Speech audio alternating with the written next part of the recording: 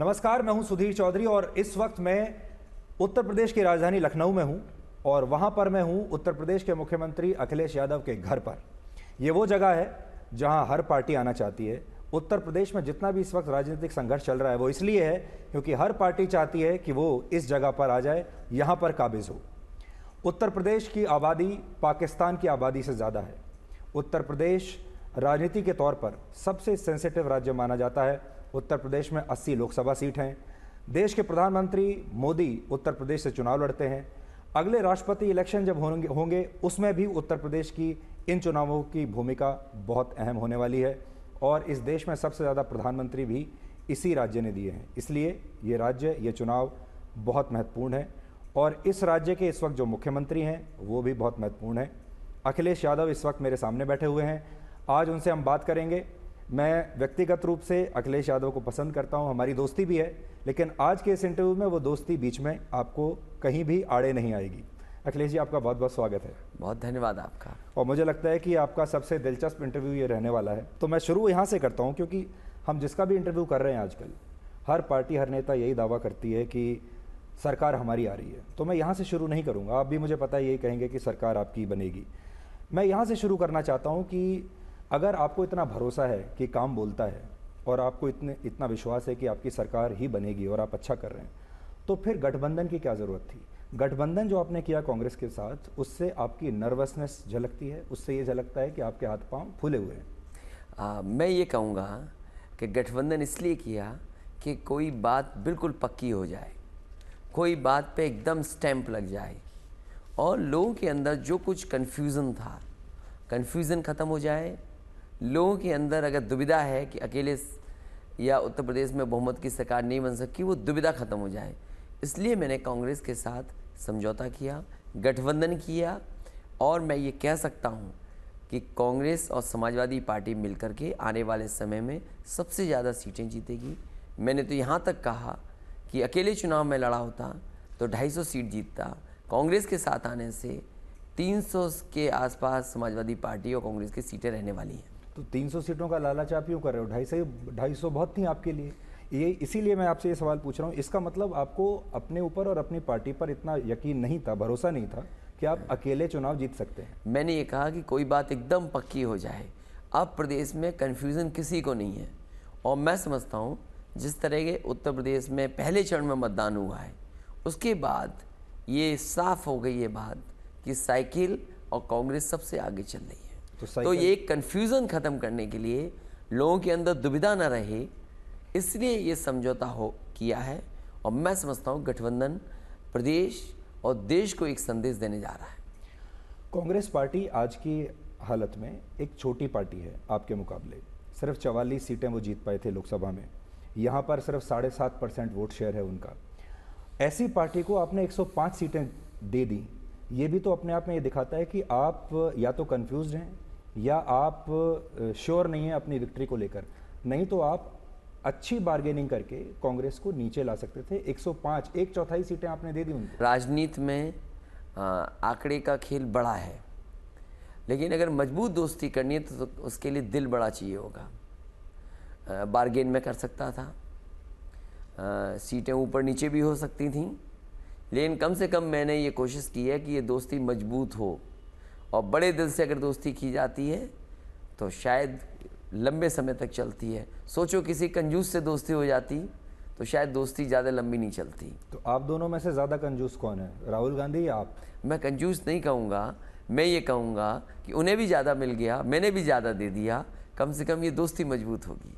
पर आपको ऐसा लगता है कि आपकी और राहुल गांधी की पक्की दोस्ती हो सकती है? क्योंकि आप दोनों के बीच में कुछ भी कॉमन नहीं है, सिर्फ एक चीज़ को छोड़ के कि आप भी एक राजनीतिक परिवार से आते हैं और वो भी एक राजनीतिक परिवार से आते हैं। लोगों ने कहा कि ये खुनवे का गठबंधन है। बिल्कुल। मैंने ये कहा कि दो युवाओं का गठबंधन है, दो नई सोच एक साथ आकर के प्रदेश और देश को आगे ले जाने वाला गठबंधन है। कम से कम राहुल की इच्छा है कि प्रदेश और देश बदले और मैं समझता हूँ वही मैं भी इस कोशिश में हूँ कि प्रदेश जिस खुशहाली के रास्ते पे चला है उसी रफ्तार से और तेज़ा चलता रहे। पर राहुल गांधी का वो नारा तो आपको याद होगा जब उन्होंने कहा था कि 27 साल उत्तर प्रदेश बेहाल।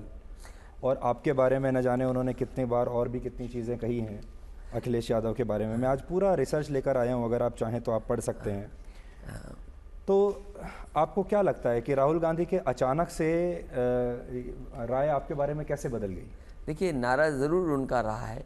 मैं ये कह सकता हूँ कि नारा बदला भी तो जा सकता है कि 27 साल खुशहाल के, आने वाले समय में हम 27 साल खुशहाली के दे सकते हैं। और जिस दिन से दोस्ती हुई होगी, मैं तो उस दिन से दिन गिनूंगा। पीछे क्या कहा गया है, क्या विचार रहे हैं, मैं उस पर ज़्यादा नहीं जाना चाहूँगा। और अगर दोस्ती लंबी चलानी है तो जिस दिन से दोस्ती हुई है उस दिन से ही एक दूसरे का व्यवहार, एक दूसरे की बातचीत का आकलन करना पड़ेगा। मैं कुछ लेकर आया हूँ, क्या कहा उन्होंने। मैं इससे कोई इससे, क्योंकि जब मेरी पार्टी में नहीं थे, गठबंधन नहीं था, और उस समय उन्होंने ज़रूर कहा होगा, और कहा मेरे लिए है कि I feel sad that young Akhilesh failed. I didn't fail. मैं समझता हूँ अब हम पास हो जाएंगे। राहुल और आपकी जो दोस्ती है, इसमें अपर हैंड किसका है? यहाँ आपकी पार्टी बड़ी है, लेकिन राहुल गांधी और गांधी परिवार ये सोचता है कि वो आज भी एक बहुत बड़ी राष्ट्रीय पार्टी चलाते हैं, चाहे सीटें भले ही उनकी 44 हों, चाहे भले ही यहाँ 7.5% उनका वोट शेयर हो। जब आपकी और राहुल गांधी की प्रेस कॉन्फ्रेंस थी, उस दिन ऐसा लग रहा था जब आप दोनों बैठे हुए थे कि राहुल गांधी आपके एक बड़े भाई की भूमिका निभा रहे हैं। वो अभी भी, उनका पूरा बॉडी लैंग्वेज ऐसा था कि वो एक राष्ट्रीय नेता हैं, वो एक बड़े नेता हैं और आप एक छोटे नेता हैं। आप मानते हैं इस बात को? बड़ा और छोटा नेता नहीं होता राजनीति में, कोई सीनियर और जूनियर राजनीति में नहीं होता है। और कब सीनियर जूनियर हो जाए, जूनियर सीनियर हो जाए, ये राजनीति का पता ही नहीं। और मैं ये कह सकता हूँ कि पहली प्रेस कॉन्फ्रेंस में या आने वाले समय में जब भी आप प्रेस कॉन्फ्रेंस में देखेंगे, कहीं ऐसा नहीं लगेगा कि एक दूसरे के प्रति कोई मन में या व्यवहार से कहीं बात ऐसी हो। दोनों बराबर की बात है। नेशनल पार्टी उनकी है, वो हमें स्वीकार करना पड़ेगा। आज़ादी के बाद से अभी तक वो कई बार सत्ता में रहे, ये भी स्वीकार करना पड़ेगा। तो ये अलग बात है। लेकिन समाजवादियों ने हमेशा ये माना और कहा कि जब कांग्रेस सबसे ज़्यादा कमज़ोर होगी तो समाजवादियों की सबसे करीबी दोस्त होगी। तो आज शायद समाजवादी और कांग्रेस का बहुत ही करीबी दोस्ती चल रही। तो आप इस दिन का इंतज़ार कर रहे थे कि एक दिन कांग्रेस इस हालत में आ जाए, इतनी कमज़ोर हो जाए, फिर आप उसको गोद लेंगे। कभी कभी परिस्थितियां और समय तय कराती हैं कि गठबंधन और राजनीति किस रूप में किस साथ गठबंधन हो। तो शायद इस समय कांग्रेस भी चाहती है और हमने भी चाहा, समाजवादियों ने, कि गठबंधन हो, तो इसलिए गठबंधन हो गया। और कम से कम उत्तर प्रदेश में दोनों मिलकर के इन सांप्रदायिक ताकतों को और जो पत्थर वाली सरकार कभी बन जाती है उत्तर प्रदेश, उन दोनों को रोकने का काम करेंगे। आजकल एक मजाक चल रहा है आपके गठबंधन पर, और लोग कह रहे हैं कि जोड़ियां या तो ऊपर से बनकर आती हैं या मोदी के डर से बनती हैं। तो आपकी जो जोड़ी है, ये मोदी के डर से बनी है? अभी भाषण में सुन रहा हूँ बीजेपी के नेताओं के, उनको ज़्यादा डर लग रहा है। उन्हें हर काम किया और समाजवादी का उसकी जांच कर रहे हैं। तो मैं समझता हूँ अगर ब्लड प्रेशर किसी का बढ़ा है तो वो घबराए हैं। हमारा तो ब्लड प्रेशर अभी भी नियंत्रण में है। अभी तो भारतीय जनता पार्टी को एक चरण का चुनाव खत्म हुआ, तब ये हालत है। अभी तो जनता ने वोट नहीं किया है, अभी तो और बड़े पैमाने पे वोट करने जा रही जनता। तो हमें डर नहीं है किसी से, और ना समाजवादी लोगों को इस तरह सोचते हैं हम। ये जोड़ी दो युवाओं की है, दो नई सोच के लोगों की है, दो नई दिशा में प्रदेश और देश को ले जाने वालों की जोड़ी है। ये डर वाली जोड़ी नहीं है कम से कम। बीजेपी तो यही कह रही है कि जो दो लड़के हैं यूपी के, दोनों ओवर एज हैं। ये अपने आप को युवा कह रहे हैं, पर दोनों ओवर एज हैं। एक 43 साल का, एक 40 साल का। मैं तो कई ऐसे लोगों से मिला हूँ जो 80 साल के, 75 साल के अभी भी युवा अपने आप को कहते हैं। खैर, जो भी उम्र हो, लेकिन कम से कम जो लोग कह रहे हैं उनसे तो कम उम्र के हैं हम। पर अभी भी आपको ऐसा नहीं लगता कि 105 सीट आपने ज़्यादा दे दी, और आपने 105 सीट देकर बहुत सारी सीट अपनी वेस्ट कर दी हैं? अगर आप उनको लड़ते या आप और किसी को सपोर्ट करा के वहाँ से लड़ते तो शायद आपके चांस अच्छे हो सकते थे। अब मैं उस पर नहीं सोचता हूँ कि फ़ायदा नुकसान क्या हुआ है, क्या मुनाफा होगा, कितना नुकसान होगा। अब गठबंधन हो गया है, हम जिम्मेदारी से और ईमानदारी से जो हमारे प्रत्याशी मैदान में हैं, दोनों पार्टियों के कार्यकर्ता मिलकर के उनको जिताएंगे। अमेठी और रायबरेली को लेकर आप दोनों के बीच में सहमति नहीं बन पा रही थी, क्योंकि कांग्रेस समझती है कि अमेठी और रायबरेली आज भी उन्हीं का वहाँ पर शासन चलता है और वो किसी को देने को तैयार नहीं है, चाहे भले ही वो सीट हार जाए। आप इतना कॉम्प्रोमाइज़ करने के लिए तैयार हैं उनके लिए? मैंने कई सीटें उनको दी हैं और पहले दिन से उनकी इच्छा थी कि उन इलाकों में उनको सीटें ज़्यादा मिलें, तो मैंने कोशिश करके कि जितना मैं दे सकता था मैंने दी हैं। उसके बावजूद भी हम समाजवादी लोग भी वहाँ चुनाव लड़ रहे हैं। जैसे आपके मंत्री हैं प्रजापति जी, वो भी वहाँ से चुनाव लड़ रहे हैं। हाँ, प्रजापति अमेठी से चुनाव लड़ रहे हैं। राकेश जो दूसरे हैं विधायक हैं, सिटिंग एमएलए हैं, वो भी चुनाव लड़ रहे हैं। इससे रायबरेली से भी हमारे चुनाव लड़ रहे हैं। देवेंद्र प्रताप सिंह चुनाव लड़ रहे हैं, मनोज पांडे चुनाव लड़ रहे हैं। हालांकि हमने अपने सिटिंग एमएलए को, जो बहुत ही दुखी भी हुए, निराश भी हुए हमसे, और बाद में शायद नाराज़गी भी मुझ पर जताएंगे, हमने तब भी सीटें दी हैं। मैं समझता हूँ कभी कभी गठबंधन में और जब इतने बड़े फैसले लिए जाते हैं तो किसी न किसी को थोड़ा बहुत तो नुकसान सहना पड़ता है। इससे ये तो जाहिर होता है कि आपको अभी भी इस बात का यकीन नहीं है, भरोसा नहीं है कि कांग्रेस पार्टी रायबरेली में या अमेठी में पक्के तौर पर उन सीटों को जीत सकती है, इसीलिए आप अपना कैंडिडेट वहाँ पर डाल रहे हैं। मैं ये कहता हूँ मैंने कोई डाला नहीं। हम बाद में जो बातचीत हुई, समझौता हुआ है, कुछ कैंडिडेट्स हमने हटा दिए, कुछ कैंडिडेट्स उन्होंने हटा दिए। जब तक चुनाव आएगा बहुत तस्वीर साफ हो जाएगी। अभी तक आपका राहुल गांधी के साथ अनुभव कैसा रहा?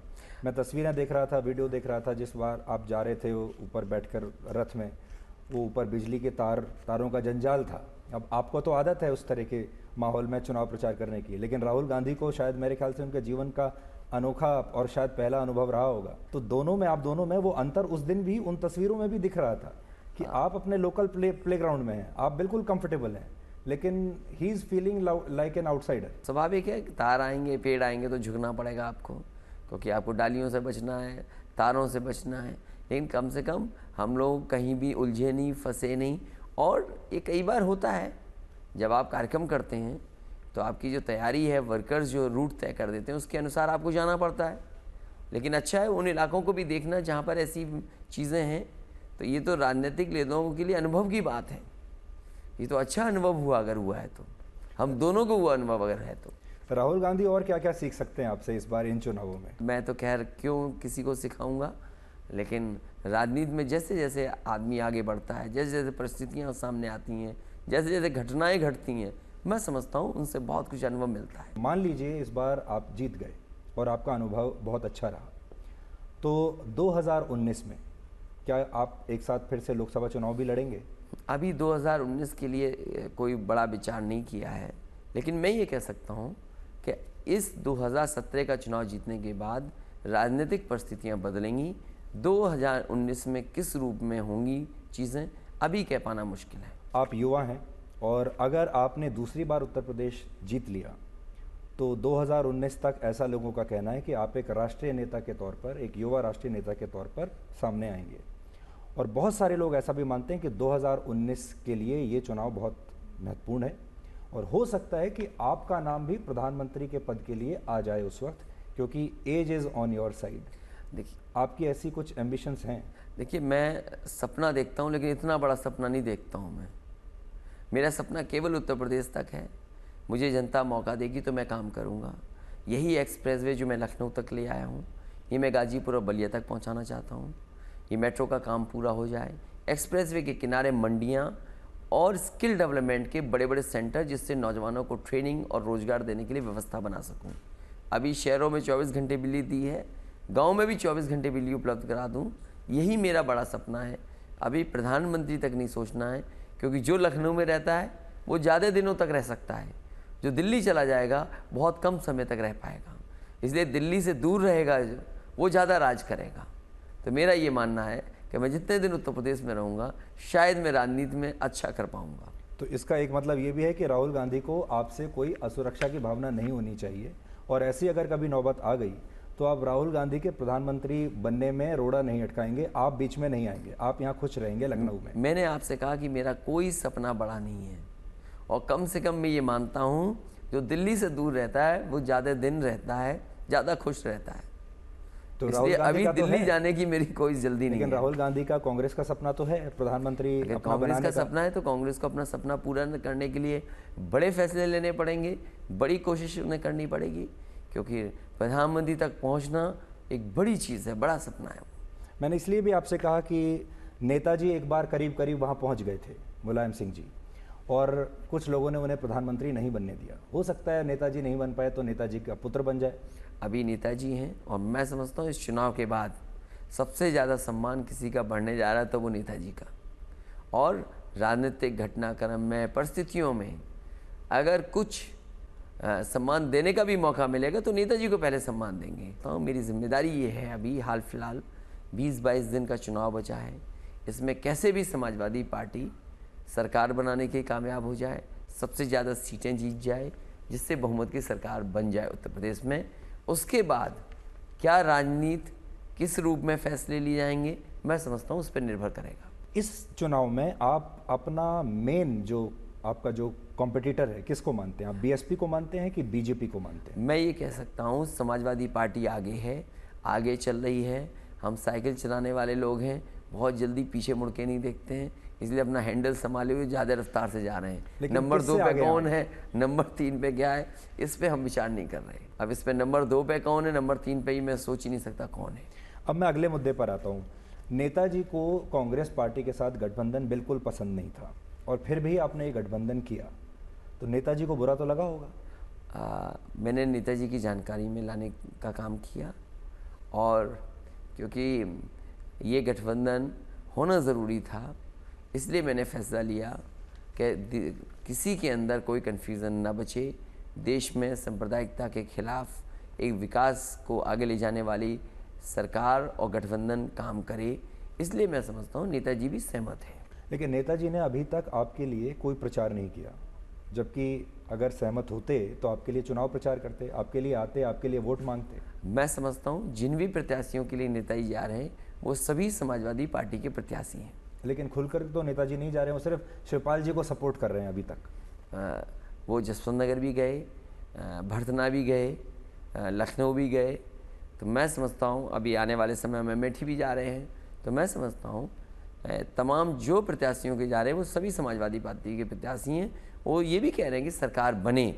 तो मैं समझता हूँ ये उनका इतना ही कहना पूरी समाजवादी पार्टी के लिए आशीर्वाद है। अखिलेश जी, लेकिन ये कैसा गठबंधन है जिसमें नेताजी पूरी तरीके से एक्टिव नहीं हैं, उधर से सोनिया गांधी आपके लिए चुनाव प्रचार नहीं कर रही हैं, प्रियंका गांधी भी आपके लिए चुनाव प्रचार नहीं कर रही हैं, तो ऐसा लगता है कि बस उन सब ने बस आप दोनों के ऊपर छोड़ दिया है। देखो कितना भरोसा है उन लोगों को, इन सब सीनियर लीडर्स को कितना भरोसा है कि युवा नेता दोनों मिल करके उत्तर प्रदेश की राजनीति को बदल देंगे। मैं तो भरोसे की बात कहता हूँ कि कितना कम से कम उनके अंदर कॉन्फिडेंस तो है कि समाजवादी और कांग्रेस मिलकर के उनकी जितनी भी लीडरशिप है उनके अलावा वो सब एक साथ काम कर रही है और भविष्य में परिणाम बहुत अच्छे देंगे। नेताजी की नाराज़गी को लेकर आपने अभी तक क्या किया है? क्योंकि अगर आपके पिता आपसे नाराज़ हैं और उनको नाराज़ करके अगर आपने सत्ता ले भी ली तो फिर उस सत्ता का क्या फ़ायदा?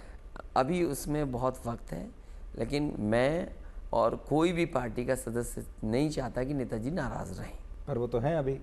मैं समझता हूँ वो प्रचार कर रहे हैं, प्रत्याशी जितनों के यहाँ जा रहे हैं वो सरकार के पक्ष में ही बोल रहे हैं। अच्छा अखिलेश जी, एक सवाल मैं आपसे अभी भी पूछना चाहता हूँ, हालांकि उसको काफ़ी वक्त हो गया, लेकिन जब भी मैं बाहर जाता हूँ लोग ये उस वक्त भी ये सवाल बहुत चलता था और लोगों के मन में था कि जब आपके परिवार में जो आपसी कलह चल रही थी तो बहुत सारे लोग तो ये कहते थे कि ठीक है झगड़ा हो रहा है, बहुत सारे लोग ये भी कहते थे कि असल में ये एक प्लान है, नेताजी चाहते हैं कि अपने बेटे को वो एकदम सेट कर दें, अखिलेश यादव को अनडिस्प्यूटेड लीडर बना दें और समाजवादी पार्टी असल में जो साइकिल सिंबल है ये आप ही को मिल जाए, वो दिल से यही चाहते थे और इसीलिए सारा किया गया। आज मैं आपसे खुलकर पूछ रहा हूँ ताकि उत्तर प्रदेश के लोग और देश के लोग आपके मुंह से जान लें, क्या ये एक सोची समझी रणनीति थी या ये सचमुच में ऐसा हुआ था? जो मुझ पे गुजरा वो सच तो अभी नहीं जान पाएगा कोई, और जहाँ तक ये लोग कहते हैं कि ये फैमिली ड्रामा था या जानबूझ के किया गया, मैं समझता हूँ ये सब गलत बात है। जो राजनीतिक घटनाक्रम हुआ, जो परिस्थितियाँ बनी और उस समय के हिसाब से जो फैसला ले सकते थे मैंने फैसला लिया। हालांकि उस फैसले से लोग नाराज़ भी हो सकते हैं, लेकिन पार्टी के तमाम लोग, तमाम समर्थक उस फैसले को सही मान रहे हैं। लेकिन परिणाम आने के बाद जो फैसला होगा वो मैं समझता हूँ पार्टी के हित में बड़ा फैसला होगा। हम लोग तो उस देश से हैं, उस संस्कार हमारे अंदर हैं जो श्रवण कुमार के जो संस्कार थे, और किसी भी पुत्र के लिए अपने पिता के खिलाफ जाना, चाहे पार्टी के भलाई के लिए हो, आसान नहीं होता। अब मेरा सवाल आपसे एक नेता के तौर पर नहीं, एक पुत्र के तौर पर है। एक पुत्र के तौर पर आपके लिए कितना मुश्किल था यहीं इसी घर में, इसी परिवार में रहते हुए अपने पिता की बात ना मानना और उनके खिलाफ जाना? नेताजी और पार्टी के लोग ये चाहते थे कि पार्टी आगे बढ़े, और शायद उस समय जो परिस्थितियां थीं वो फैसला ही ठीक कर सकता था। इसलिए चाहे वो नाराज़गी में मुझसे समझ लें या मेरा ये समझ लें परिस्थितियों के हिसाब से मैंने फैसला लिया हो, लेकिन पार्टी हित में मैंने फैसला लिया। जहाँ तक नेताजी का सवाल है, मैं ये कहता हूँ नेताजी की ही पार्टी है, नेताजी का ही सम्मान सबसे ज़्यादा होगा। सरकार बनेगी तो सबसे ज़्यादा खुश भी अगर कोई होगा तो नेताजी होंगे। इसलिए कोई सवाल न हम पे खड़ा कर सकता है न ही नेताजी पे, मैं समझता हूँ। लेकिन वो टाइम कैसा था? मुझे अभी भी याद है 31 दिसंबर की रात और 1 जनवरी साल शुरू हुआ, और साल के शुरू होते ही ये खबर आई कि आप दोनों के बीच में झगड़ा और तेज़ हो गया, आपने अपना अलग क्लेम कर दिया। ये वो टाइम होता है जब लोग अपना परिवार का समय एक साथ सेलिब्रेट कर रहे होते हैं, खुशियाँ मना रहे होते हैं। वो जो रात रही होगी आपकी, नए साल की जो रात थी, कैसी थी? उसके बारे में चर्चा करना ठीक नहीं है, वो समय भी नहीं है कि उस पर चर्चा की जाए। शायद ये चुनाव ख़त्म हो जाए उसके बाद चर्चा हो तो ज़्यादा बेहतर होगा, क्योंकि तमाम चीज़ें, तमाम लड़ाइयाँ छोड़ करके हम केवल जनता से ही चाहते हैं कि हमें मौका दें, हमें मौका मिले जिससे उत्तर प्रदेश को और खुशहाली के रास्ते पे ले जा सकें। इस सवाल का अगर जवाब आप चाहते हैं तो 11 तारीख मार्च के परिणाम के बाद हम और आप फिर बैठ लेंगे। तो ये 11 तारीख के बाद यहीं बैठेंगे या फिर कहीं और बैठना पड़ेगा? अब ये तो जनता तय कराएगी, क्योंकि जैसा आपने शुरू में कहा कि यहाँ तक पहुँचने की सबकी लड़ाई है, और ये जगह परमानेंट नहीं है किसी की। हम तो तमाम परिवार के लोगों से मिला हूँ, दूसरे जो कभी मुख्यमंत्री रहे उनके परिवारों से मिला हूँ, तो ये परमानेंट नहीं है जगह। लेकिन मुझे लगता है कि उत्तर प्रदेश की जनता एक बार फिर मौका देगी यहीं से उनकी सेवा करने के लिए, यहीं से उनकी मदद करने के लिए। इसी जगह से एक बार फिर उत्तर प्रदेश आगे बढ़ेगा खुशहाली के रास्ते पर। कोई भी व्यक्ति अगर आपकी स्थिति में हो इस वक्त, जो कि 5 साल मुख्यमंत्री रह चुका हो और अब उसको ये नहीं पता कि अगले महीने उसको इस घर में रहना है कि नहीं रहना है, तो बहुत सारी प्लानिंग करता है। आप तो बड़े नेता हैं, आप तो राज्य के लिए प्लानिंग कर रहे होंगे, लेकिन हो सकता है आपकी पत्नी डिम्पल जी ये भी प्लानिंग कर रही हो कि भाई किसी पैकर वाले को पैकिंग के लिए, सामान के लिए पहले से स्टैंड बाय पे रखो, अगली बार कहाँ शिफ्ट करना है ये भी सोच के रखो। तो आपने ऐसा कुछ सोच के रखा है कि आप कहाँ शिफ्ट करेंगे इसके बाद? मेरे करीब के लोग जानते होंगे, बहुत ज़्यादा सामान में लेके नहीं चलता, और ये सरकारी मुख्यमंत्री आवास में बहुत ज़्यादा सामान भी नहीं है।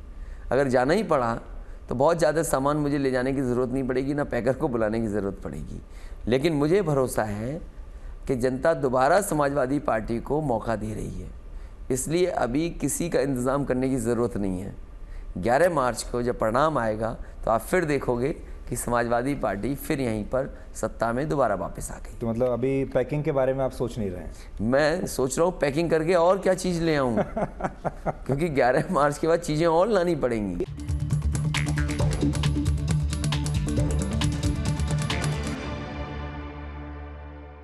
आपने हाईवेज बनाए, आपने बहुत सारी बातें गिनाई अपनी, लेकिन जिस चीज़ को लेकर सबसे ज़्यादा राज्य के लोग बात करते हैं वो है लॉ एंड ऑर्डर की।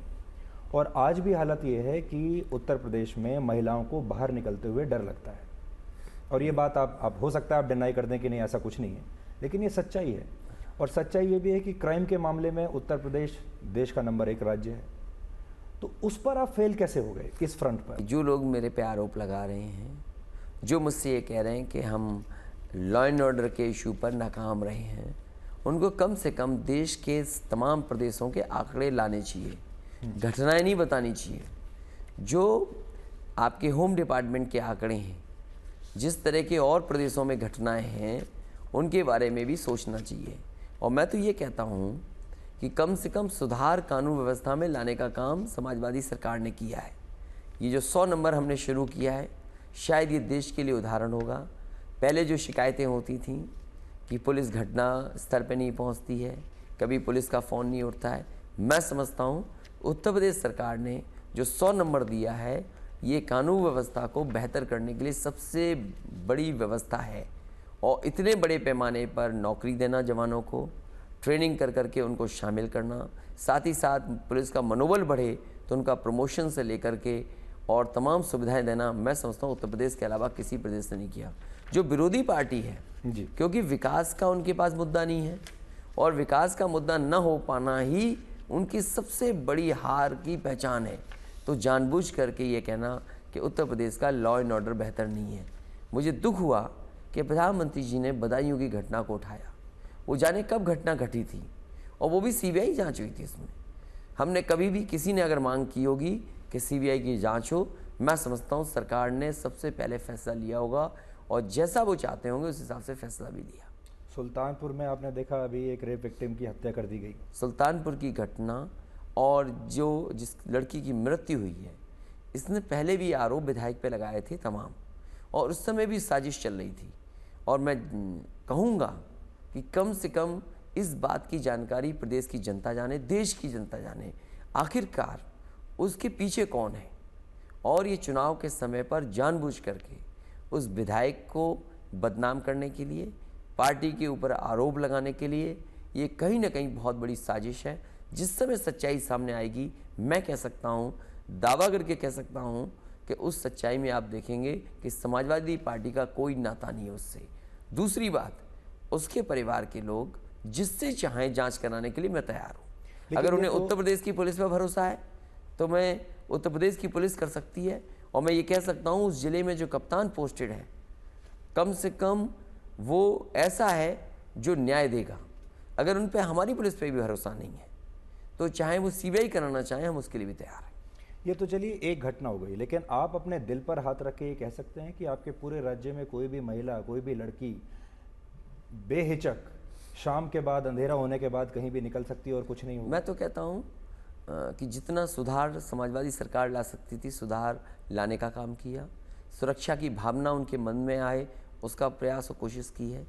ये जो दावा करना, आज भी लोग निकलते हैं घर से बाहर, जाते हैं, कारोबार करते हैं, बाज़ारों में जाना, औरों में जाना, ऐसा नहीं कि हर जगह घटना हो रही है, लेकिन घटना ना हो। एक बात, अगर घटना हो गई तो पुलिस कार्रवाई करे, सुने और मदद करे। कम से कम समाजवादियों ने वो माहौल दिया है। विरोधी लोग जिन पे कोई सवाल नहीं है, वो जानबूझ करके इन बातों को कह रहे हैं। एक आर्टिकल में लेकर आया हूँ, jungle raj, complete lawlessness, rule of the gun, ये कुछ शब्द इस्तेमाल किए गए हैं उत्तर प्रदेश के लिए। फिर नेशनल क्राइम रिकॉर्ड्स ब्यूरो का डेटा है, 2014 का है ये। Highest percentage of crimes committed in India Uttar Pradesh में बता रहे हैं at 12.7%। UP is more notorious than Bihar, Maharashtra and Delhi. मुझे पता नहीं कौन सी न्यूज़ है ये नेशनल क्राइम रिकॉर्ड्स ब्यूरो, लेकिन उनको देखना चाहिए कि आंकड़े और प्रदेशों के कैसे हैं। हाँ, वो आबादी के हिसाब से पर लाख निकलना चाहिए आंकड़ा। आबादी हमारी कितनी है? 22 करोड़ आबादी है। अगर 22 करोड़ में क्राइम देखोगे तो आपको दिखाई देगा। हम कहते हैं और प्रदेशों का भी आंकड़ा आना चाहिए कि कितने वहाँ घटनाएं घट रही हैं, और अगर उनकी 22 करोड़ की आबादी होती तो शायद न जाने कितनी घटनाएं उनके यहाँ हो गई होती। दूसरा जो आरोप आपके ऊपर लगता है वो ये है कि उत्तर प्रदेश की राजनीति का पूरा यादवीकरण कर दिया है आपने। जो भी यादव है उत्तर प्रदेश में, वो आज सब अच्छी पोस्ट पे बैठे हैं। आपके आधे पुलिस स्टेशन वहाँ पर आपके यादव SHO हैं। उसके लिए भी मैं आपके पास आंकड़े लेकर आया हूँ, और देखिए इसमें क्या है। Nearly 60% police station are headed by Yadav officers. 1527 police station और आउटपोस्ट ऐसे हैं जो कि 2 साल में जहाँ पर चेंज किया गया है। अकेले कानपुर में वो ऐसे कहते हैं कि 25 स्टेशन ऐसे हैं जिसमें 36 में से 25 पुलिस स्टेशन ऐसे हैं जहाँ पर यादव। SO बहुत छोटी पोस्ट है, और मैं ये कहता हूँ कि ये जाने कब के आंकड़े हैं। आप ही के टाइम के हैं ये आंकड़े हैं, और एक बार यहाँ के गवर्नर साहब ने भी ये आंकड़े बताए थे। हमने पूरे आंकड़े बना करके उन पास भेज दिए थे। ये खबर बहुत पुरानी बता रहे हैं आप, जो हमारे सामने लाए हैं। पर खबर तो आप ही के टाइम बहुत की पुरानी खबर है। हाँ। और ऐसा नहीं है कि सब थानों में ये संभव ही नहीं हो सकता। मैं तो ये कहता हूँ, जिले के कप्तान कितने यादव थे, जिले के DM कितने यादव थे, जिले में DIG कितने यादव थे, IG कितने यादव थे, या यादव एक DGP बना, या यादव DGP कितने थे। छोटी पोस्ट पे कल को कहोगे आप कि शहीद यादव ज़्यादा क्यों हो गए, आप सूची निकालिए। अभी जो सर्जिकल स्ट्राइक में इधर जितना सीमा पे मरने वाले लोग हैं, सबसे ज़्यादा कौन निकले? अब अगर यादव निकल रहे हैं, अगर सिपाही भर्ती यादव हो जा रहे हैं, SO अगर भर्ती हो जा रहे हैं, तो उसके लिए आरोप कैसे लगा सकते हैं आप? और जो सक्षम होगा, जो कम से कम काबिलियत के हिसाब से रह सकता है, उसको तो मौका कोई भी देगा। आरोप इसलिए लगते हैं क्योंकि अगर कोई यादव कोई बड़ा क्राइम कर दे आपके राज्य में कहीं पर भी, तो आपका यादव जो एसओ है उसके खिलाफ कार्रवाई नहीं करता। एकदम और फर्जी गुंडागर्दी न्यूज़, है। आप कहीं से एकदम फर्जी न्यूज़ ला रहे हो। ऐसा कभी नहीं हुआ। अगर कहीं होता है तो उसके लिए लॉ, उसके लिए कानून है जो कार्रवाई कराएगा। चलिए मैं आपको कुछ आंकड़े दिखाता हूँ, मैं लेकर आया हूँ अपने साथ अभी आपके लिए। अब मैं कुछ दिखाता हूँ आंकड़े। अगर हम नेशनल पर्सपेक्टिव से देखें, अगर आप जो डेवलपमेंट और उसकी बात कर रहे हैं राज्य में, तो अगर आप कंपेयर करते हैं तो Uttar Pradesh lags behind most states including Rajasthan, Odisha, West Bengal and Jharkhand. Gross state domestic product के मामले में भी आप बाकी राज्यों से पीछे हैं। किससे पीछे हैं? उत्तराखंड से, वेस्ट बंगाल से, मध्य प्रदेश से, छत्तीसगढ़ से, हरियाणा से। इन्फेंट मोर्टेलिटी में आप देश की रेशो है 40, आपकी रेशो है 50। कैपिटल इन्वेस्टमेंट में महाराष्ट्र से बेहतर अगर किसी ने इंफ्रास्ट्रक्चर में और कैपिटल इन्वेस्टमेंट में काम किया तो समाजवादी सरकार ने। और ये जीडीपी का जो आंकड़ा आप बता रहे हो, ये बहुत पुराना जीडीपी का आंकड़ा होगा। आज जीडीपी कई स्टेटों से बेहतर है। देश के जितने भी अच्छे अवार्ड्स थे, स्किल डेवलपमेंट का अवार्ड स्टेट उत्तर प्रदेश को मिला, आईटी सेक्टर का अवार्ड उत्तर प्रदेश को मिला, फिल्म में अच्छे काम करने का अवार्ड उत्तर प्रदेश को मिला, पेड़ लगाने में Guinness book of world record किसको मिला? उत्तर प्रदेश को मिला। मैं ये कह सकता हूँ कि फॉरेस्ट जो कवर बढ़ाने में सबसे अच्छा काम उत्तर प्रदेश ने किया। आईएमआर, एमएमआर की बात की, जो हेल्थ इंडिकेटर्स हैं, और हमने तो काम किया है Bill and Melinda Gates foundation में पिछले 3 वर्षों में। आईएमआर, एमएमआर सबसे बेहतर अगर किसी का हुआ है तो उत्तर प्रदेश का हुआ। न्यूट्रिशन मिशन चला करके कम से कम हमारी गर्भवती महिलाओं का, गर्भवती बहनों का स्वास्थ्य अच्छा हो, बच्चे अच्छे हों, स्वस्थ हों, कम से कम योजनाएं न्यूट्रिशन मिशन के तहत अगर कोई चला रहा है तो उत्तर प्रदेश समाजवादी सरकार। आज गन्ने की पैदावार में नंबर 1, चीनी के उत्पादन में नंबर 1, दूध के प्रोडक्शन में नंबर 1, आलू के प्रोडक्शन में नंबर 1, आपके वीट में, गेहूं में नंबर 1। अब तो सुना है कि बाहर से वीट भी आ रहा है। कम से कम हमें लड़ना पड़ेगा कि इंपोर्ट ना करें केंद्र सरकार। तो ये जो आंकड़े आप जीडीपी के ला रहे हो, ये पता नहीं कब के आंकड़े हैं, लेकिन मैं ये कह सकता आंकड़े अभी के हूँ हैं। उत्तर प्रदेश ने गन्ने में नंबर 1 ना हो तो बताइए, चीनी के उत्पादन में नंबर 1 ना हो तो बताइए, आज शहरों को 24 घंटे बिजली ना मिल रही हो तो बताइए, आपका दूध उत्पादन में ना बढ़ गया हो तो बताइए, आपका आलू में सबसे अच्छा किया। और मैं कह रहा हूँ ये एक्सप्रेस वे जो बना है, ये देश का सबसे बड़ा एक्सप्रेस वे है। कोई स्टेट हिम्मत भी नहीं जुटा सकती है। जब हाईवे पर और एक्सप्रेस वे पर रेप हो जाते हैं, दिक्कत तब होती है।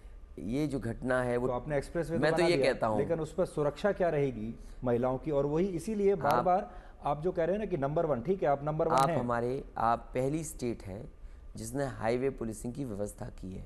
हमारे एक्सप्रेस वे पे आप निकल जाइए, अगर आपको हर 30 किलोमीटर पे एक पुलिस और एम्बुलेंस न दिखाई दे तो कहिएगा। दूसरी बात, जो घटना हाईवे पे बुलंदशहर में हुई थी, उसी समय गुड़गांव में भी एक बेटी के साथ घटना हुई थी, और एक ही जगह पर 2 बार 2 लोगों ने घटना की, लेकिन वो खबर नहीं बनी। खबर केवल उत्तर प्रदेश की बनी, बुलंदशहर की। लेकिन उसी दिन आप रिकॉर्ड निकलवा लीजिए, मैं जानता हूँ आप जानते हैं उस बात को। एक ही लड़की के साथ 2 बार घटना हुई उस संस्था में।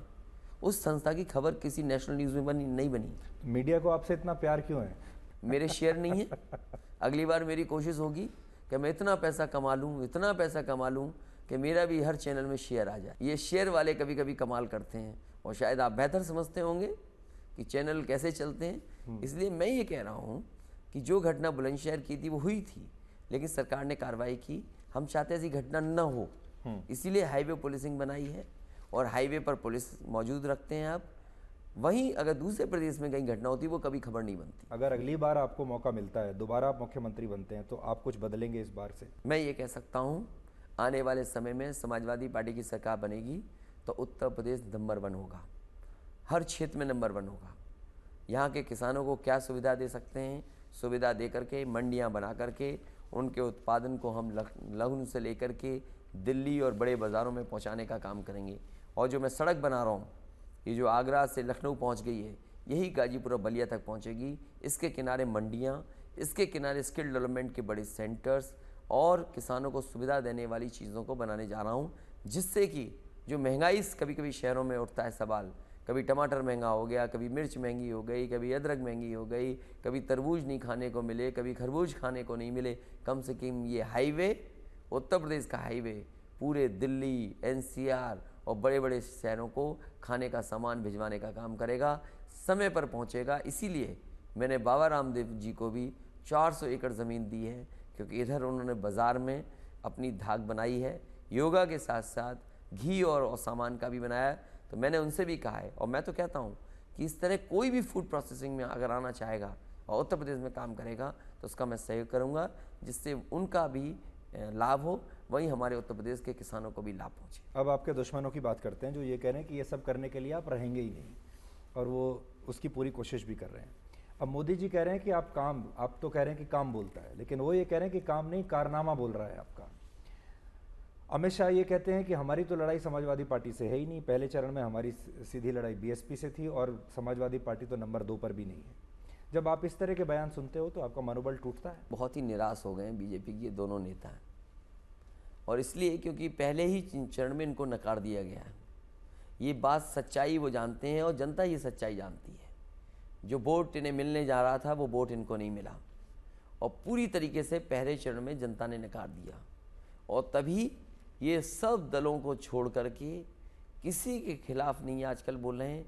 आजकल केवल हम 2 युवा नेताओं के ही खिलाफ बोल रहे हैं, 2 गठबंधन के नेताओं के खिलाफ बोल रहे हैं। हम तो कहते हैं बोलने से पहले कम से कम अपना काम तो बताओ। बहुत टीवी रेडियो के माध्यम से मन की बात सुन ली, लेकिन अभी भी जनता उनके मन की बात नहीं समझ पाए, और ज़मीन पे कोई काम हुआ हो तो ज़रूर बताना चाहिए। अगर वो लखनऊ में आए तो लखनऊ में क्या केंद्र सरकार ने काम किया है जनता के लिए, कम से कम उस बात के बारे में चर्चा हो। अगर किसी ज़िले में जा रहे हैं, भारतीय जनता पार्टी के लोगों को अपने काम की चर्चा करनी चाहिए। काम उन्होंने किया नहीं है तो लंबे लंबे भाषण देना, ऐसी बातें कहना जिससे जनता गुमराह हो जाए, उस तरह के सवाल ये जानबूझ करके उठा रहे हैं।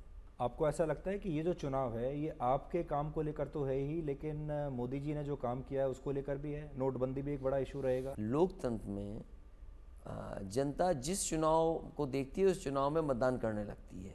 पिछली बार केंद्र सरकार का चुनाव था, केंद्र के सवालों पे चुनाव होना चाहिए था, लेकिन प्रदेश के खिलाफ भी लोगों ने वोट डाला। हालांकि हमारा वोट कम नहीं हुआ, परसेंटेज हमारी बच गई, बट सीट तो आपकी 5 ही रही। हमारा परसेंटेज जो वोट उतना ही रहा। अगर हम बीएसपी का वोट नहीं रोक अभी आप आंकड़ों से खेल रहे हैं, आंकड़े ऐसे पकड़ लीजिए वैसे पकड़ लीजिए। नहीं, आपका वोट परसेंटेज उतना ही रहा, करीब करीब 27%, 29%, लेकिन सीटें तो आपकी 5 पे आ गई 80 में से। इसलिए सीटें कम हो गई क्योंकि बीजेपी को वोट बहुजन समाज पार्टी का पूरा मिल गया, पूरा काफ़ी कुछ वोट कांग्रेस का भी चला गया, और काफ़ी कुछ नौजवानों ने भी वोट दिया इस उम्मीद, इस भरोसे से कि केंद्र सरकार कुछ बदलाव लाएगी उनके जीवन में भी। 2.5 साल और लगभग 3 साल हो गए हैं, लोगों को निराश कर दिया, और नोटबंदी ने, मैं समझता हूँ, व्यापारी, उद्योग, व्यापार, नौजवान, किसान, मजदूर सबके साथ धोखा किया। और नोटबंदी भी उत्तर प्रदेश में एक बड़ा सवाल है, क्योंकि बहुत सारी तकलीफ का सामना करना पड़ा। आपको नोटबंदी से लाभ मिलेगा इस चुनाव में? भ्रष्टाचार और काले धन कम से कम लोगों को समझ में आना चाहिए कि क्या है। इसीलिए मैंने कहा कि लोगों का लेन देन काला सफ़ेद हो सकता है, पैसा भ्रष्टाचार नहीं होता, पैसा का कोई रंग नहीं होता। और जो कारोबार गया, जो लोगों को नुकसान हुआ, मैं समझता हूँ वो फिर एक बार लाइन में लगेंगे, क्योंकि बैंक में पैसा लेने के लिए लाइन लगे थे, तकलीफ हुई थी। एक बार फिर वो लोग लाइन में लगेंगे और इस बार भारतीय जनता पार्टी के खिलाफ मतदान करेंगे। ब्रांड अखिलेश जो है वो पहली बार इतने बड़े स्तर पर सामने निकल कर आया है, यानी अखिलेश यादव एक नेता के तौर पर इतने बाहर जब आप निकले हैं, तो आपको ऐसा लगता है कि ये असल में, लोग कुछ भी कहें, आपका गोल्डन पीरियड है? मैं नहीं कहता हूँ कि मेरा कैसा समय चल रहा है, लेकिन मैं ये जानता हूँ कि समाजवादियों का अच्छा समय आने वाला है। एक बार फिर बहुमत की सरकार बन करके समाजवादियों को जनता मौका देगी। राष्ट्रपति के चुनाव आने वाले हैं इस चुनाव के तुरंत बाद। राष्ट्रपति के चुनावों में इस चुनाव का क्या असर आपको दिखाई देता है? उत्तर प्रदेश सबसे बड़ा प्रदेश है, आबादी का सबसे बड़ा प्रदेश है, सबसे ज़्यादा सांसद चुन करके जाते हैं, विधानसभा के लोग चुने जाते हैं। मैं समझता हूँ एक वोट की वैल्यू सबसे ज़्यादा है राष्ट्रपति के चुनाव में। तो बिना उत्तर प्रदेश की भूमिका को निभाए शायद देश का राष्ट्रपति चुनना मुश्किल होगा। आपके दिमाग में है कोई उम्मीदवार राष्ट्रपति के लिए? अभी तो फिलहाल मुझे 11 मार्च का इंतज़ार है। 11 मार्च के बाद मैं अपना दिमाग दौड़ाऊंगा कि देश का राष्ट्रपति कौन हो। लोगों के मन में भी ये बात है कि अब जो समाजवाद, जो लोहिया जी का समाजवाद होता था, अब वो समाजवाद नहीं रहा। अब समाजवादी जो हैं करोड़ों रुपए की एसयूवीज में चलते हैं। अब समाजवादी बहुत पैसे वाले हो गए हैं। सिर्फ साइकिल जो है वो चुनाव चिन्ह के नाम पर ही रह गया है। असल में अब आप स्पोर्ट्स बाइक पे चलते हैं। इतना फ़र्क आ गया है। आपको ऐसा लगता है कि जो लोहिया जी का जो समाजवाद था वो बहुत डाइल्यूट हुआ है अभी? और आप अपनी पार्टी में भी अगर लोगों को देखेंगे तो आपको ऐसा नज़र आएगा, समाजवादी अब पैसे वाले हो गए हैं। इस समाजवादी पार्टी में हर तरह के लोग हैं और ये मैं कह सकता हूँ कि सिद्धांत से समाजवादी पार्टी अभी नहीं हटी है। व्यक्तिगत किसके पास क्या धन है और कितना कमा लिया है या किस गाड़ी में चलता है, सवाल वो नहीं है। सवाल ये है कि सरकार की सोच और समझ कैसी है। कम से कम समाजवादी पार्टी ने लोगों के जीवन बदलने के लिए फैसले लिए हैं और हम अपने समाजवादी सिद्धांत से नहीं हटे। हमारा जो सिद्धांत लोहिया जी का रास्ता दिखाया गया है, संपन्नता का, खुशहाली का, उसी के सवाल पे चल रहे हैं। आप कुछ लोग गाड़ी से चलते हैं, इसका मतलब ये नहीं कि समाजवादी सिद्धांत से वो हट गए हैं। और अगर हमारा खुशहाली का समाजवाद हो, संपन्नता का समाजवाद हो, तो मैं समझता हूँ कोई गलत नहीं है। आपको कैसा लगता है जब आप ही के भाई प्रतीक यादव की तस्वीर छपती है 5 करोड़ की गाड़ी चलाते हुए? कोई अगर व्यापार कर रहा है और व्यापार कर कर के, कारोबार कर कर के अपने पैसे से अगर कुछ कमा लेता है, बना लेता है, तो मैं समझता हूँ हमें उससे क्या मतलब है। लेकिन समाजवादी सरकार के जो सिद्धांत है उसमें तो कोई आँच नहीं आ रही। हमारे सिद्धांत पे तो नहीं आँच आ रही। हम अगर सड़क पे चलती हुई गाड़ी देख लें तो हमारा तो नहीं मन भटक रहा किसी बात को लेकर के। आप अपनी साइकिल से खुश हैं? मैं अपनी साइकिल से खुश हूँ और जिस सिद्धांत में मैं चल रहा हूँ उससे खुश हूँ। कम से कम लोहिया आवाज़ दे रहा हूँ, लोगों को नौकरी देने का प्रयास कर रहा हूँ, बेटियाँ जो पढ़ रही हैं उनको विद्याधन दे रहा हूँ, लैपटॉप दे रहा हूँ, आने वाले समय में स्मार्टफोन देने जा रहा हूँ। राहुल गांधी ने एक बार कहा था आपके लिए कि अखिलेश यादव बिल्कुल वैसे ही हैं, उस कंप्यूटर की तरह हैं जो कभी चलता ही नहीं है। उन्हें उस समय शायद नहीं पता होगा कि आगे चल के आप ही के साथ नहीं, उन्हें शायद किसी ने गलत खबर दी होगी कि जितने हमने लैपटॉप दिए हैं सब चल रहे हैं और आज तक कभी भी किसी नौजवान ने मुझे लैपटॉप के लिए शिकायत नहीं की कि उनका लैपटॉप नहीं चल रहा। कम से कम मैंने दुनिया का सबसे बेहतरीन गिनती का वो लैपटॉप लोगों को दिया है। अब मेधावी छात्रों को हम दे रहे हैं और आने वाले समय में भी देते रहेंगे। अब तो एक कदम और आगे जा रहे हैं, हम स्मार्टफोन देने जा रहे हैं। 1,40,00,000 रजिस्ट्रेशन हुआ है, सरकार बनेगी फिर रजिस्ट्रेशन खोलेंगे। और मैंने एक बार कहा कि केवल हमें 55 लाख जो महिलाएं हैं जिनको मैं समाजवादी पेंशन 500 रुपया महीना दे रहा हूँ वो मेरी मदद कर दें, 1,40,00,000 जिन्होंने स्मार्टफोन रजिस्टर किया है वो मदद कर दें, तो 300 से ज़्यादा सीटें समाजवादी पार्टी और कांग्रेस जीत जाएगी। केवल 2 योजनाओं के लाभार्थी हमारी मदद कर दें तो सबसे ज़्यादा सीटें समाजवादी पार्टी की होंगी। बहुत सारे लोग आपका ये कहकर भी मजाक उड़ाते हैं कि आपको तो लोग यहाँ क्षेत्र में टीपू के नाम से जानते ही हैं, और राहुल गांधी को लोग मजाक में पप्पू कहते हैं, और लोग कहते हैं कि भाई ये टीपू और पप्पू की जो जोड़ी है ये क्या कर पाएगी? देखो, लोगों का ब्लड प्रेशर बढ़ने लगा है, कह रहे कि हम ब्लड प्रेशर नपाना चाहते हैं, लोग मेट्रो में बैठना चाहते हैं, देश के वित्त मंत्री आकर कह रहे हैं कि हाईवे आधा अधूरा है। तो ये कम से कम 2 युवाओं की जोड़ी का ही डर बता रहा है कि कितना डर गए बड़े बड़े लोग। लेकिन राहुल गांधी को आप एक बोझ की तरह नहीं लेते, लायबिलिटी ज़्यादा है, एसेट कम है। मैं समझता हूँ वो युवा हैं और हमारे साथ आए हैं। कम से कम युवाओं में एक मैसेज है कि आने वाले समय में दोनों युवा मिलकर के राजनीति में बदलाव लाने का काम करेंगे। आपके ऊपर परिवारवाद को लेकर बहुत आरोप लगते हैं कि समाजवादी पार्टी के अध्यक्ष मुलायम सिंह जी ने, नेताजी ने, आपने अपने पूरे परिवार को राजनीति में सेट कर दिया। सारे के सारे भाइयों के बच्चे, उनके बच्चे सब राजनीति में आ गए हैं। ऐसे लोग जो आपके बारे में ये बात कहते हैं उनको आप कुछ कहना चाहेंगे? अपनी अगली इनिंग्स में आप ये कहना चाहेंगे कि मैं परिवारवाद को थोड़ा सा कम वजन दूंगा? परिवारवाद के इन सवालों का जवाब बहुत दिया है मैंने, और मेरी कोशिश होगी कि अगर कोई परिवार का आना चाहता है तो वो जनता से चुन करके आए। हम कभी सीधा मौका नहीं देना चाहते, उनको नहीं दिया हमने मौका सीधा। और अगर कभी शुरुआती करनी पड़ेगी कि परिवारवाद में परिवार के सदस्य कम हों, तो सबसे पहले मैं डिम्पल से निवेदन करूंगा कि आप चुनाव मत लड़ो, आप परिवार की तरह रहिए और बच्चे अच्छा पढ़े लिखें, आगे उनका भविष्य अच्छा बने, उनकी तरफ ज़्यादा ध्यान दें और राजनीति से पीछे हट जाएं। तो शुरुआत अगर मुझे करनी पड़ेगी तो मैं अपनी पत्नी से सबसे पहले शुरुआत कराऊंगा। आपने डिम्पल जी का नाम लिया। जब ये पूरा झगड़ा जिस वक्त चल रहा था, तो जब व्यक्ति परेशान होता है तो अपने माँ बाप से सबसे पहले उनके साथ शेयर करता है। अब जाहिर है आपका तो विवाद ही पिता से चल रहा था, तो उनके साथ कैसे शेयर करेंगे? उस वक्त आपने सबसे ज़्यादा किसी को मिस किया कि मैं अगर आज ये मान लीजिए आपकी माँ होती या कोई और होता जिससे आप शेयर कर सकते थे अपने मन की बात? अब कोई मतलब नहीं उन बातों का। अब मेरा केवल ध्यान ये है कि हम कैसे भी ये चुनाव जीत जाएं और जनता हमारा सहयोग कर दे, केवल इतना अभी दिमाग में है। इससे ज़्यादा मैं कुछ सोचना नहीं चाहता। अब उसके बारे में आप बात नहीं करना चाहते? बिल्कुल मैं सोचना भी नहीं चाहते। पर मैं असल में आपके लिए फ़ोटो लेकर आया था, ये देखिए। मैं देख रहा था और थोड़ी रिसर्च कर रहा था, तो ये फ़ोटो मैंने देखी। मेरे ख्याल से आप 16-17 साल के होंगे इसमें। हाँ बिल्कुल, बहुत पुरानी फ़ोटो है मेरी। हाँ, और मैं ये देख रहा था कि ये इस फ़ोटो में और आज में कितना कितना फ़र्क आ गया है। आया है, नहीं आया है, संबंध क्या असहज हुए हैं? क्या आज भी आप उनके साथ ऐसे खड़े हो सकते हैं इसी प्रेम भाव से? और इसमें आप डरे हुए भी हैं उनसे। आप चुनाव के बाद देखोगे तो ऐसे ही मैं खड़ा दिखाई दूंगा नेताजी के साथ। 11 मार्च को ऐसे ही खड़ा दिखाई दूंगा, परिणाम जो भी हो। हमारी पार्टी का, कांग्रेस का, दोनों मिलकर के परिणाम अच्छा होने जा रहा है। इससे ज़्यादा खुश होकर के हम लोग खड़े दिखाई देंगे आपको। ठीक है अखिलेश जी, बहुत बहुत शुक्रिया हमसे बात करने के लिए। हमारी शुभकामनाएं, और हम चाहते हैं कि अगली बार जब मुलाकात हो आपसे तो इसी जगह मुलाकात हो। बिल्कुल, धन्यवाद। और मैं कहता हूँ अपने पूरे भरोसे के साथ कि अगली बार भी यही मुलाकात होगी। पता नहीं क्यों मेरा दिल कहता है कि हमें दोबारा ही मिलना है। बहुत बहुत स्वागत है आपका, और मैं यहीं आऊँगा फिर आपसे मिलने के लिए। नहीं, बहुत धन्यवाद। Thank you so much. Thank